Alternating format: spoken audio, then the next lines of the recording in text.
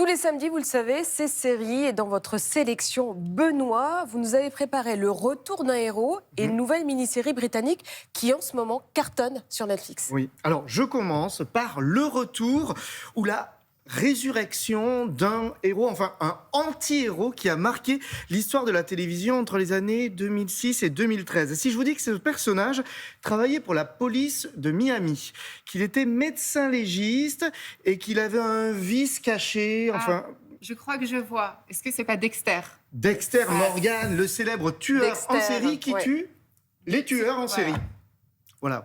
En termes de héros, on avait quand même pas mal inventé, là. Alors, Dexter revient. Alors, résumé des épisodes précédents. Oui. Donc, Dexter... Il y en a eu beaucoup, non? Il y en a eu beaucoup, 8 saisons.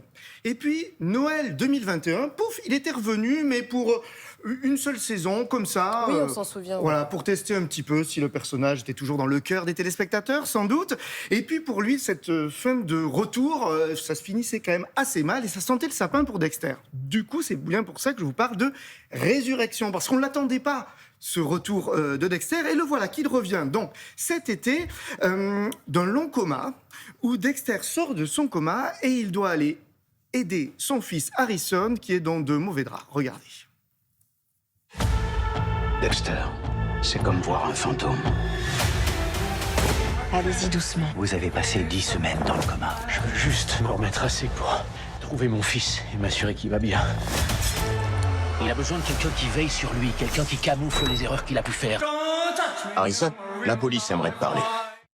Oui, parce que vous voyez, Harrison, il a un petit peu les mêmes problèmes que son père. Il a si vous repris voyez un ce que peu... je veux dire. Alors, voilà. Benoît, ne me grondez pas. Oui. Je n'ai rien vu de Dexter. Oui. Est-ce que je peux me lancer là-dedans quand même? Oui, c'est fait pour, en fait. C'est-à-dire que c'est pour ça que c'est une vraie résurrection. C'est-à-dire que ceux qui n'ont jamais vu Dexter peuvent regarder. Alors, bien évidemment, les fans seront contents de trouver les petits clins d'œil ici et là, tel personnage qu'ils ont connu dans la première série, par exemple. Mais c'est vraiment pas fait pour ça. On peut même avoir vu que le début de Dexter, avoir lâché et revenir grâce à cette série. Vous l'avez vu, vous, Johanna, Dexter? J'ai vu quelques épisodes, j'ai pas tout vu, mais c'est prenant. Voilà. Et pour ceux qui, justement, vont venir découvrir l'univers de Dexter, il y a un cadeau dans cette nouvelle série, puisqu'ils ont fait appel à un florilège de stars du monde du cinéma et de la télévision. Allez, il y en a 2 qui se cachent dans la suite de cette bande-annonce. Regardez. Invitation transmise.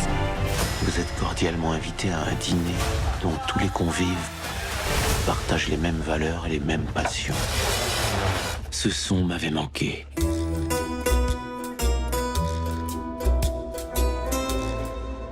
Oui.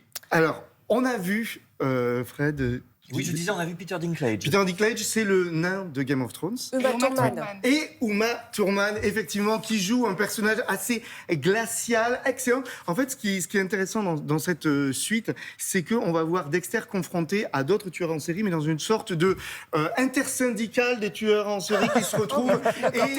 Et Uma Thurman, elle est simplement l'assistante de ce grand patron des tueurs. Enfin bon, je vous en dis pas plus. J'y vais pas, Regardez. moi, à cette intersyndicale. Je vous le dis tout de suite, là, les tueurs en série, non, Alors, merci. petite recommandation quand même, bien évidemment, Dexter, c'est autour de l'univers des tueurs en série, donc ça a un côté ludique, mais c'est quand même pas pour tous les publics. Hein. Faut aimer la viande rouge, si vous voyez ce que, Oui, côté un peu je veux dire. sanglant, Ouais. c'est Voilà. ça. Hein. On voit bien.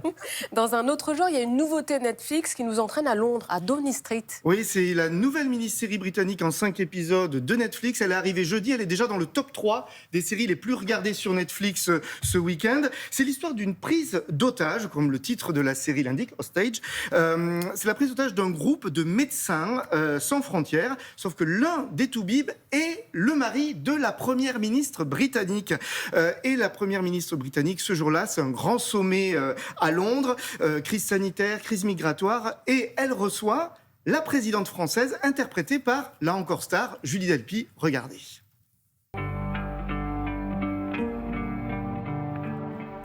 Ça vous donne envie? Oui, En plus, envie de voir la suite. c'est des femmes au pouvoir, là. Voilà, Ça voilà. change un peu peut-être du réel. Et c'est intéressant puisque la série joue avec l'actualité, donc il y a plein de clins d'œil évidemment à l'actualité que l'on suit tous les jours. Elle se dévore extrêmement facilement, je comprends pourquoi elle est dans le top 3 de Netflix, il y a 5 épisodes, ça se regarde d'un trait.